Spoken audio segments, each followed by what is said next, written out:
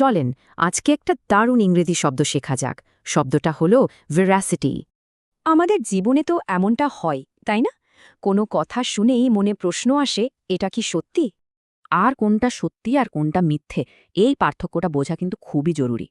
এই যে কোনো কিছু কতটা সত্যি বা নিখুঁত, এটা বোঝানোর জন্য ইংরেজিতে একটা দারুণ শব্দ আছে। এই শব্দটাই হলো ভেরাসিটি। এটা একটা নাউন। এর মানে হলো একদম সত্যি বা নির্ভুল হওয়া। বাংলাতে এর মানে হলো সত্যতা বা নির্ভুলতা। সহজ করে বললে কোনো কিছুর সত্যি হওয়ার গুণ। আচ্ছা, ভেরাসিটি শব্দটা যেন সহজে মনে থাকে, সেজন্য চলেন একটা ছোট্ট গল্প শুনে আসি। গল্পের চরিত্র আনিকা। সে একজন সাংবাদিক।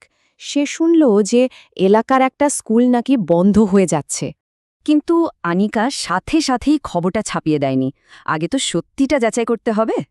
খোঁজ নিয়ে সে জানতে পারল গুজবটা আসলে মিথ্যে। স্কুলটা শুধু জায়গা বদল করছে। সত্যের প্রতি আনিকার এই যে দায়বদ্ধতা, এটাই হলো ভেরাসিটি। তাই তার রিপোর্টে ভেরাসিটি ছিল। ভেরাসিটি কিন্তু শুধু সাংবাদিকদের জন্যই জরুরি না, এটা আরও অনেক পেশায় খুব গুরুত্বপূর্ণ। এর মানে হলো সাংবাদিকরা খবর ছাপানোর আগে তাদের তথ্যের উৎসের ভেরাসিটি বা সত্যতা যাচাই করে।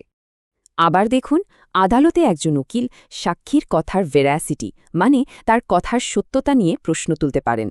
ব্যবসার ক্ষেত্রেও একই। বিশ্বাস ধরে রাখতে হলে সব যোগাযোগের মধ্যে ভেরাসিটি থাকাটা খুব জরুরি।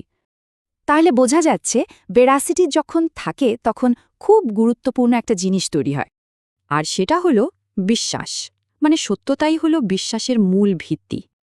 এবার একটু ভাবুন তো, আমাদের প্রতিদিনের জীবনে ভেরাসিটি ঠিক কোথায় কোথায় সবচেয়ে বেশি জরুরি?